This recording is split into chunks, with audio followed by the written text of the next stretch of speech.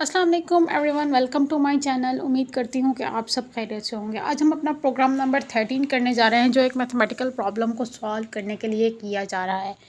Students, आपका जो next programme है ना, बुक का 3.9, उससे रिलेटेड ये प्रोग्राम है, लेकिन मैंने सोचा कि उससे ईजी एक प्रोग्राम सॉल्व करके आप लोगों को दिखाया जाए कि किस तरह किया जाता है, क्योंकि वो डायरेक्ट उन लोगों ने एक कॉम्प्लेक्स प्रॉब्लम दे दी है। तो मैं चाहती थी कि आप लोगों को एक ईजी प्रॉब्लम दूँ पहले, और उसको सोल्यूशन बताऊं, और फिर आप लोग उस तरह की एक प्रॉब्लम सॉल्व करें। देन हम जो है वो आपकी बुक का प्रोग्राम नंबर 3.9 जो है वो सॉल्व करें कि उन्होंने किस तरीके से सॉल्व किया।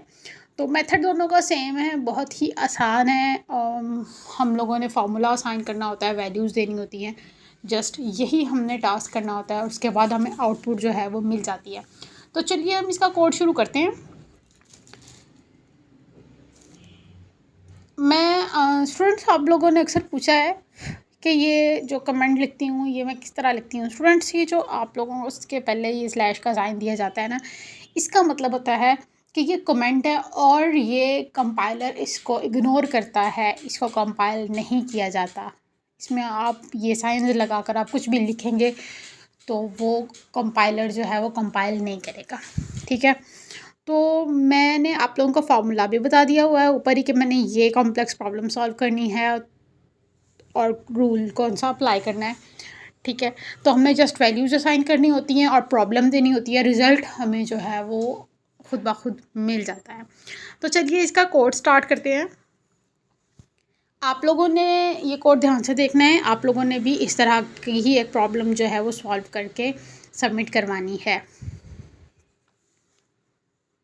स्टूडेंट्स, आप लोगों का जो क्विज़ होता है उसमें भी इस तरह की ही चीज़ें आप लोगों को दी जाती हैं, लेकिन आप लोग काफ़ी कंफ्यूज हो जाते हैं इन सब मामलात में। तो नेक्स्ट आप लोग जब कोड ध्यान से देखेंगे तो आप लोगों को कन्फ्यूजन नहीं होगी।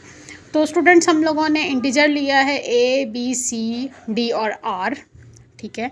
तो अब हमने A B C और D को वैल्यूज़ असाइन कर देनी है, R को हम फार्मूला असाइन करेंगे, ठीक है। आर हमारा रिजल्ट होगा तो उसको हम फार्मूला असाइन करेंगे। तो ए बी सी और डी को अपनी मर्ज़ी से वैल्यूज़ असाइन करें, और आर में हम फार्मूला लिखेंगे। जो भी हम लोगों ने प्रॉब्लम सॉल्व करनी है वो प्रॉब्लम लिखेंगे।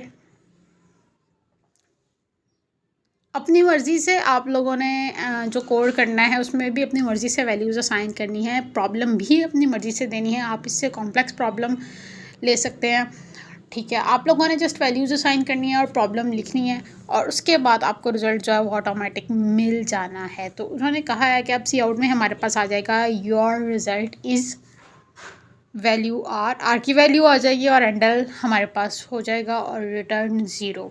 मतलब ये कि आप लोगों ने 5 इंटीजर लिए हैं, ठीक है स्टूडेंट्स। उनमें से 4 को आपने वैल्यूज़ असाइन कर दिया है, 5th को आप लोगों ने फार्मूला या प्रॉब्लम असाइन कर देनी है। असाइन करने के बाद आपके पास सी आउट में रिज़ल्ट की वैल्यू जो है वो डिक्लेयर हो जाएगी। तो आपके सामने आपका रिज़ल्ट है, आउटपुट आ चुकी है। इसी तरह आप लोगों ने एक प्रॉब्लम लेनी है, वैल्यूज़ अपनी मर्ज़ी से असाइन करनी है, प्रॉब्लम भी अपनी मर्ज़ी से असाइन करनी है कि आप लोगों ने कौन सी कॉम्प्लेक्स प्रॉब्लम लेनी है, ठीक है।